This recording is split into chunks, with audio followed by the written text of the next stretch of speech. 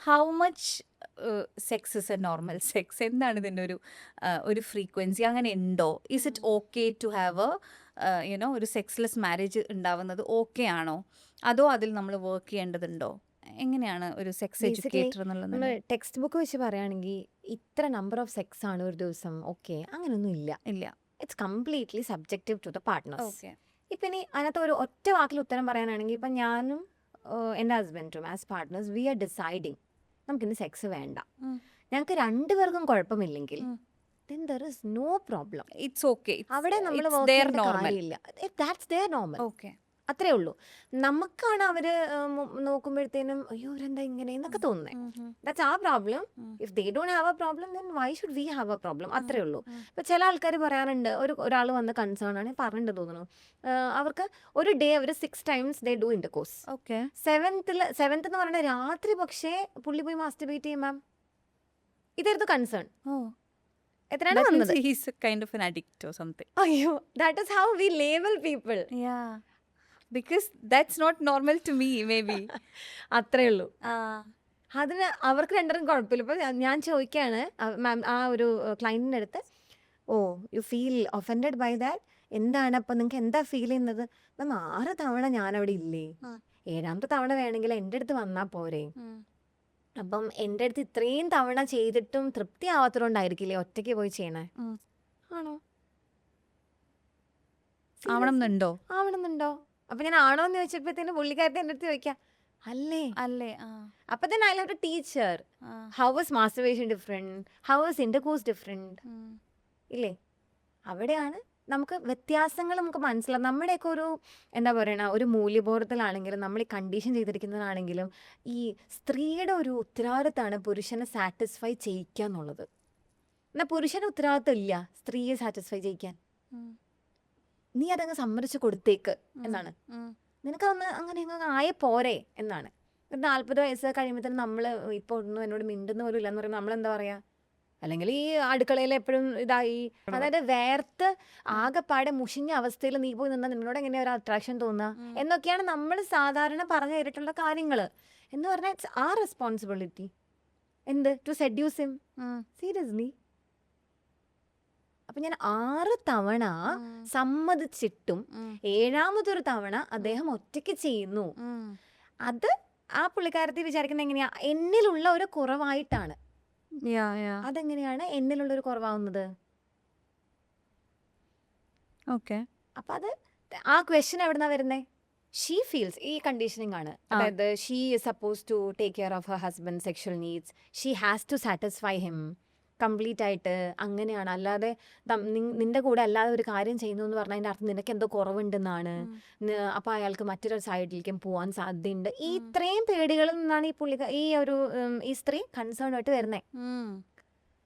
അപ്പോൾ അങ്ങനെ ഉണ്ടോ? This is where you have to redefine. ഇതിനകത്ത് നമുക്ക് അങ്ങനെ ജനറലൈസ് ചെയ്തിട്ട് യെസ് അല്ലെങ്കിൽ നോ പറയേണ്ട സ്റ്റേറ്റ്മെന്റ് അല്ല. ഇതൊരു കപ്പിളായിട്ടിരിക്കുമ്പോൾ ഷീ ഹാസ് എ പ്രോബ്ലം. അപ്പോൾ നമ്മൾ എന്ത് ചെയ്യും? മറ്റേ പാർട്ട്ണറുടെ അടുത്ത് നമ്മൾ ഈ പ്രോബ്ലം അഡ്രസ്സ് ചെയ്യും. He will have his own കാര്യങ്ങൾ, അത് ഇവരുടെ അടുത്ത് പറയും. എന്നിട്ട് അവർ രണ്ടുപേരും കൂടെ കോമൺ ഗ്രൗണ്ടിലേക്ക് വരും. Then they go back happily.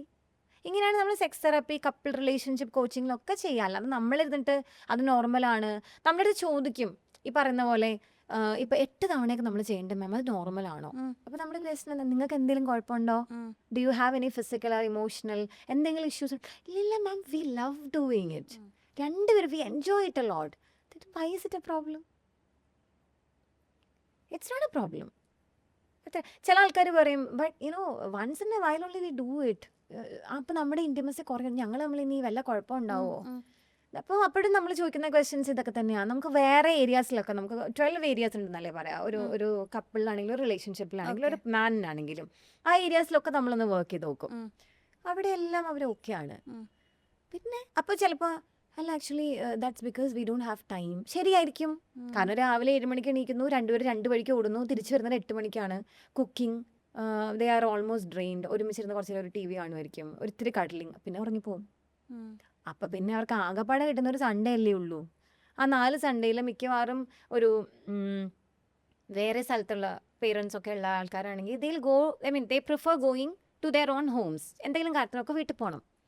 പിന്നെ എപ്പോഴാണ് ഇത് ചെയ്യുക? അപ്പോൾ അവർ തെൽവി അയ്യോ നമ്മുടെ ഈ പാറ്റേൺ ഒന്ന് ബ്രേക്ക് ചെയ്യണം കേട്ടോ, ഈ ഒരു മൊണോട്ടോണസ് റൊട്ടീൻ ശരിയാവത്തില്ല കേട്ടോ. That's how they decide, it's not something that we decide for them. ഇത്രേ ഉള്ളൂ. അതുകൊണ്ട് തന്നെ അവിടെ ഒരു നോർമൽ ഇല്ല.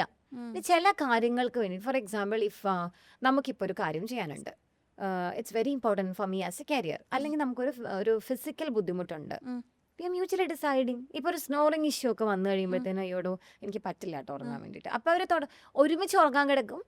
എപ്പോഴെങ്കിലും ഇടയ്ക്കൊന്ന് എണീറ്റ് കഴിഞ്ഞാൽ ഭയങ്കര സ്നോറിങ് ആണെങ്കിൽ they go to other room. ഇങ്ങനെയൊക്കെ നമുക്ക് മാനേജ് ചെയ്യാവുന്ന ഒരു കാര്യമാണ്. I am not saying intimacy അല്ലെങ്കിൽ ഇന്റർകോഴ്സ് വേണ്ട എന്നല്ല, ബട്ട് ദെൻ ഇതും ആക്ച്വലി ഒരു നോം തന്നെയാണ്. ആക്ച്വലി ഈ പെനിട്രേറ്റീവ് സെക്സ് അതാണല്ലോ നമ്മൾ ഉദ്ദേശിക്കുന്നത്, നമ്മൾ ജനറലി സംസാരിക്കുമ്പോൾ അത് ആർക്ക് വേണ്ടിയിട്ടാണ്? രണ്ടുപേർക്കും വേണ്ടിയിട്ടായിരിക്കും. അങ്ങനെയല്ല. ശരിക്കും പറഞ്ഞാൽ ഈ പെനിട്രേറ്റീവ് സെക്സ് മെന്നിനാണ് വേണ്ടത്. ഫീമെയിലിന് ഓർഗാസ്മിക് ആവാനോ അല്ലെങ്കിൽ she needs to have that ആ ഒരു കംപ്ലീറ്റ് ഒരു ഇത് കിട്ടാൻ വേണ്ടി ഓർഗാസം ഇത് അതിന് പെനിട്രേഷൻ നിർബന്ധമൊന്നുമില്ല. പെനിട്രേഷനും വേണമെങ്കിൽ ആകാം എന്ന് മാത്രമേ ഉള്ളൂ. ബിക്കോസ് ഓർഗാസം എന്ന് പറയാൻ ഈ ഒരു സെക്ഷൽ ആയിട്ടുള്ള ഒരു എന്താ പറയുക സാറ്റിസ്ഫാക്ഷൻ മെൻ എന്ന് പറയുന്ന ജെൻഡറിനാണ് നമുക്കത് കൗണ്ട് ചെയ്യാനും മെഷർ ചെയ്യാനും പറ്റത്തുള്ളൂ. Because they have erection, ejaculation ഉണ്ട്, രണ്ടും ഉണ്ട്. നമുക്കതെങ്ങനെയാ ഫീമെയിൽ ജെൻഡറിന് എങ്ങനെയാ നമുക്ക് ഇതാക്കാൻ പറ്റുക? ചില ആൾക്കാർ വിചാരിക്കുന്നുണ്ട്, എന്നോട് വന്ന് ചോദിക്കുന്നതാണ്, നമുക്കുണ്ടാവില്ലേ നമുക്കുണ്ടാവില്ലേ സെമൻ പോലെ പുറത്തു വരുന്നത്? അങ്ങനെ ഒന്നുമില്ല. V only have vaginal lubrication. ഒരു നനവുണ്ടാകും, നല്ലപോലെ നനവുണ്ടാവും. അല്ലാതെ നമുക്കെന്ന് പറയുമ്പോൾ ഫീമെയിൽ ജെൻഡറിന് അങ്ങനെ പുറത്തേക്ക് വരുന്ന ഒന്നുമില്ല. സെമൻ പോലെ നമുക്ക് എന്താ വരെ ഒന്നുമില്ല. ആഫ്റ്റർ ഇന്റർകോഴ്സ് ഈ പ്രീക്കം അല്ലെങ്കിൽ സെമൻ അകത്തിടുന്നതാണ് പുറത്തേക്ക് ഒഴുകുക. അല്ലാതെ ഫീമെയിൽ ആസ് എ പേഴ്സൺ വെജൈനെന്ന് നമുക്കായിട്ട് ഒരു സാധനം സെക്രീറ്റ് ചെയ്ത് വരുന്നൊന്നുമില്ല. I mean as semen we do have lubrication. ഇത്രേ ഉള്ളൂ. അപ്പോൾ ഇതെങ്ങനെയാ മനസ്സിലാവുക? എൻ്റെ അടുത്ത് ഞാൻ സ്ഥിരം കേൾക്കുന്ന വാട്ട് ഇസ് ഓർഗാസം മാം ഒന്ന് പറഞ്ഞു തരുമോ? But then how can I tell it? Because ഇതെല്ലാം ഡിഫറെന്റ് ആണ്. ഇപ്പം ഞാൻ ഫീൽ ചെയ്യുന്ന പോലെ ഡിഫറെന്റ് ആണ് അല്ലേ? അതെ, ഇപ്പൊ ഓരോരുത്തർക്കും ഓരോ ബോഡി. അതാണ് ഞാൻ ആദ്യമേ പറഞ്ഞത്, നിങ്ങൾക്ക് അറിയാൻ പറ്റണം നിങ്ങൾക്ക് എങ്ങനെ സന്തോഷം ഉണ്ടാവുകയെന്ന്. അതിന് നമ്മളത് വാട്ട് ഡു യു വോണ്ട്? അപ്പൊ പറയും മാം അതിപ്പം ചോദിച്ചാൽ we don't know, we do it in a monotonous way. എന്താണ് മോസ്റ്റ്ലി ഹസ്ബൻഡ് ആയിരിക്കും ലീഡ് ചെയ്യുക അല്ലേ? ഇനി അവിടെയും പ്രശ്നമാണ്. ഒരു സ്ത്രീ ലീഡ് ചെയ്യാൻ പോയി നിനക്കിതൊക്കെ എങ്ങനെയാ അറിയാം? നിനക്കിത് ഫസ്റ്റ് ടൈം ആണോ? നീ ആൾ കൊള്ളാലോ, ഇതൊക്കെ വരും. അപ്പം അതുകൊണ്ട് ഫീമെയിൽ ഒരു പരിധി വരെ വലിയ കംഫർട്ടബിൾ അല്ലാത്തൊരു സ്പേസ് ആണ്, സേഫ് ആണെന്ന് തോന്നിയില്ലെങ്കിൽ ഇതൊന്നും പറയില്ല. They don't have. അപ്പോൾ അവിടെ പറയും ഈ പറയുന്ന പോലെ ഇക്വാലിറ്റി ഇല്ല. ഇറ്റ്സ് എഗെയിൻ പാട്രിയാർക്കിയാണ്. എപ്പോഴും എന്താ പറയുക, ആണെന്ന് പറഞ്ഞ ജെൻഡർ മുകളിൽ വരുന്ന ഒരു സാധനമാണ് സെക്സ്. ഇങ്ങനെയൊന്നും അല്ലല്ലോ. അപ്പോൾ ഇതിന് നമുക്ക് അറിയേണ്ട നമ്മുടെ ബോഡി ബേസിക്കലി എന്താണ് ആഗ്രഹിക്കുന്നത് അത് നമുക്ക് എങ്ങനെ മനസ്സിലാവും? മാസ്റ്റർബേറ്റ് ചെയ്യണോ വേണ്ട?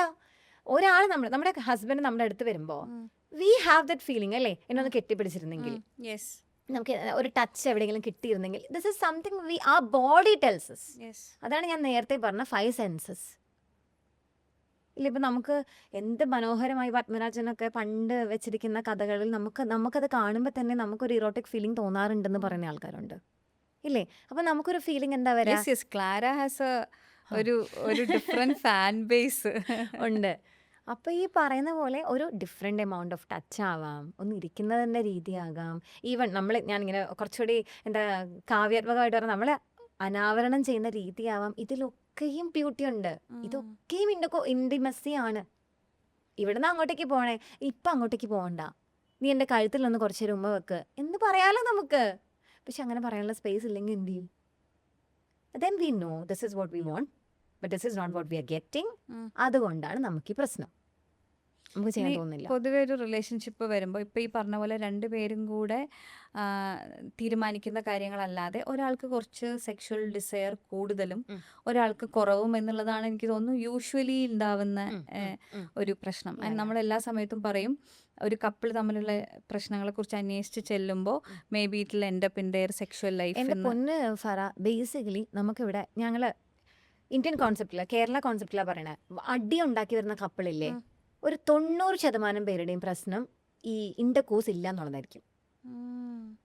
രണ്ട് വഴിക്കായിരിക്കും ഉറങ്ങുന്നേ. കുഞ്ഞു കുഞ്ഞു കാര്യം എന്ന് വെച്ച് കഴിഞ്ഞാൽ അവർക്ക് വലിയ ആനക്കാര്യമായിട്ടായിരിക്കും വരാം. ആ വഴക്കിൻ്റെ ഒക്കെ നമ്മൾ ഈ കെട്ടഴിച്ച് പോകുമ്പോൾ പ്രശ്നം ഇസ് ദിസ്. ബേബി ഉണ്ടായിട്ട് ആ കൊച്ചിന് ഇപ്പം 8 വയസ്സായി, പിന്നെ സംഭവിച്ചിട്ടേ ഇല്ല. അങ്ങനെ എത്ര പേരുണ്ടെന്ന് പറയോ? അതുകൊണ്ടാണ് ഞാൻ ഇത് ഓപ്പണായിട്ട് പറയേണ്ട റീസൺ ഇതാണ്. It's very important. പക്ഷേ what you said is also right. കാരണം അത് നമുക്കങ്ങനെ ജനറലൈസ് ചെയ്യാൻ പറ്റത്തില്ല. ഏജ് വൈസ് നമുക്കൊരു സ്റ്റഡി പഠിക്കാനുണ്ട്.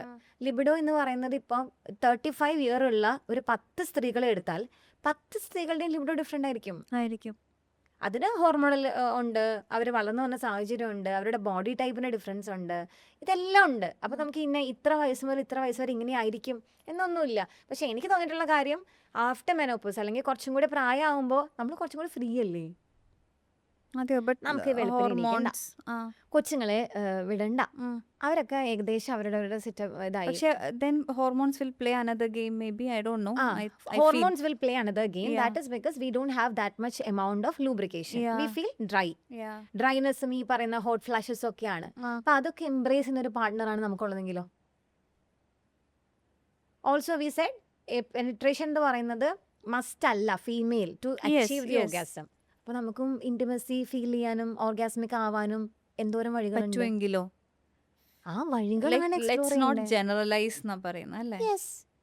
ബട്ട് യൂഷ്വലി ഇപ്പം നമ്മൾ സ്ത്രീകളെ കുറിച്ച് പറയുമ്പോൾ എത്ര ഇമ്പോർട്ടൻ്റ് ആണ് ഒരു സെക്ഷുവലി ആക്റ്റീവ് ആയിരിക്കുക എന്നുള്ളത് for their hormonal balance. Because I personally feel ഇപ്പം ഈ പറഞ്ഞതുപോലെ most of their frustration comes from ഹോർമോണിൻ്റെ എന്തോ ഒരു പ്രോബ്ലംസ് കൊണ്ട്. Because we basically have more hormones. അങ്ങനെ നമ്മൾ പറയാറില്ലേ നമ്മുടെ മെൻസ്ട്രേഷൻ തന്നെ അവർ 24 മണിക്കൂറിൽ കറങ്ങുമ്പോൾ നമുക്ക് ആകെപ്പാടെ 7 ദിവസം അല്ലെങ്കിൽ 30 ദിവസവും നമ്മൾ കറക്കത്തില്ല. ആണ് 4 സൈക്കിൾ കഷ്ടി ഒരു 3-4 ദിവസം കിട്ടി.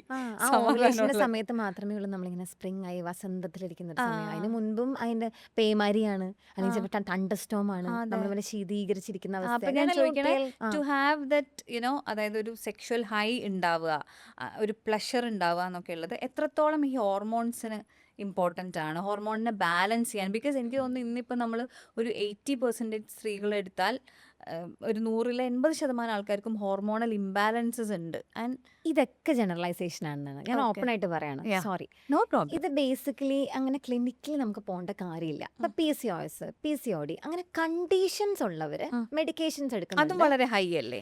അതാ പറഞ്ഞത്, അങ്ങനെ കണ്ടീഷൻസ് ഉള്ളവരുടെ ഈ പറയുന്ന പോലെ ഹോർമോണൽ ഇംബാലൻസ് ഭയങ്കര ഹൈ ആയിരിക്കും. ഇപ്പൊ PMS അല്ലാതെ PMA ഒക്കെ ഉണ്ടെങ്കിൽ അവർക്കത് കൺട്രോൾ ചെയ്യാൻ പറ്റുന്നതിനേക്കാൾ വളരെ കൂടുതലായിരിക്കും.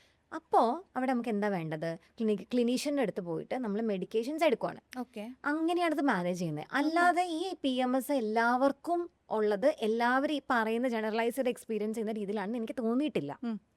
ഓക്കെ, പിന്നെ ഒരു പരിധി വരെ ആക്ച്വലി സിമ്പിൾ. അതായത് ബേസിക്കലി ക്ലിനിക്കലി നിങ്ങൾക്ക് എന്തെങ്കിലും ഒരു ഇംബാലൻസ് ഉണ്ടെങ്കിൽ നിങ്ങളത് മെഡിക്കലി തന്നെ ട്രീറ്റ് ചെയ്യണം. അവിടെ മാത്രമാണ് ഈ പറഞ്ഞ പ്രശ്നമുള്ളൂ എന്നാണ് ഞാൻ പറയണത്. എന്ന് പറഞ്ഞാൽ ഒരു രീതിയിലും ലിബിഡോ ഇല്ലാതിരിക്കുന്ന അവസ്ഥ, അല്ലെങ്കിൽ വളരെ അധികം ലിബിഡോ ഉണ്ടാവുന്ന ഒരു അവസ്ഥ, ഒരു രീതിയിൽ ഇന്റിമേറ്റ് ആവാൻ പറ്റാത്ത അവസ്ഥയൊക്കെ അവിടെയാ ഉള്ളത്. ബാക്കി ആ ഒരു ഇറിറ്റേഷൻ സ്വതവേ ഉണ്ടാവുന്ന നമ്മുടെയൊക്കെ ഒരു അമ്മമാരുടെ നമ്മൾ കോളേജിൽ പഠിക്കുമ്പോഴത്തെ അമ്മമാരെ ഒന്ന് ആലോചിച്ച് നോക്കിയാൽ മതി.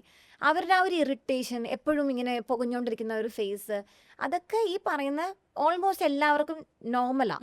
അവിടെ ഇപ്പോൾ മെന്നാണ് അവരെ ജനറലൈസ് ചെയ്യണോ, അതുകൊണ്ടാണ്. എന്നിട്ട് they don't do any effort also.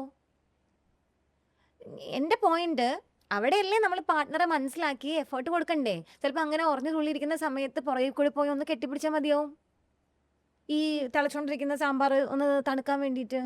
They don't do it. അയ്യോ അങ്ങോട്ട് പോകാൻ പറ്റില്ല, അവളുണ്ടല്ലോ അങ്ങനെ എന്താ പറയാ, അതെന്തിനാ അങ്ങനെ പറയുന്നേ? Have you ever tried it? Try ചെയ്തിട്ട് നമ്മളെ ഓടിച്ച് വിട്ടു, നമ്മളെ അപമാനിച്ച്, ശരി ഇൻസൾട്ട് ചെയ്ത് വിട്ടു എന്ന് വിചാരിക്കുക. എന്നാൽ ശരി, നിങ്ങൾ ട്രൈ ചെയ്യണ്ട. അങ്ങനെയല്ലാതെ എൻ്റെ പൊന്നു മോനെ ആ കൂട്ടുകാരൻ അങ്ങനെ പറഞ്ഞതുകൊണ്ട് അതിൻ്റെ ആവശ്യമുണ്ടോ? അയ്യോ ഈ കൂട്ടുകാരൻ്റെ കാര്യം പറഞ്ഞാൽ എനിക്ക് വളരെ ഇമ്പോർട്ടൻ്റ് ആയിട്ടുള്ള ഒരു കാര്യം കൂടി പറയാനുള്ളത്. You are different, your experience is different. Mine is really different. Just imagine I have a very bad experience. നമ്മൾ ഭയങ്കര ബെസ്റ്റ് ഫ്രണ്ട്സ് ആയതുകൊണ്ട് ഞാൻ പറയാണ്, എൻ്റെ പന്ന പ്രശ്നമായിരുന്നു, അങ്ങനെ ആയിപ്പോയി, ഇങ്ങനെ ആയിപ്പോയി. You will get biased a bit. Of course. ഞാൻ അത് പറയണേ, I'll even get influenced. മനസ്സിലായോ? പക്ഷെ എനിക്ക് പറയടാ, എനിക്കിത് ഇങ്ങനെ ആയിരുന്നു കേട്ടോ എന്ന് പറഞ്ഞാൽ അത്ര ഇൻഫ്ലുവൻസ്ഡ് ആവോ? ഇല്ല. പക്ഷെ ഇതങ്ങനെ ചെയ്യുന്നില്ല. എന്തോരം പേരുണ്ടെന്ന് അറിയോ, 35 വയസ്സ് കഴിഞ്ഞപ്പോഴത്തേനും എല്ലാം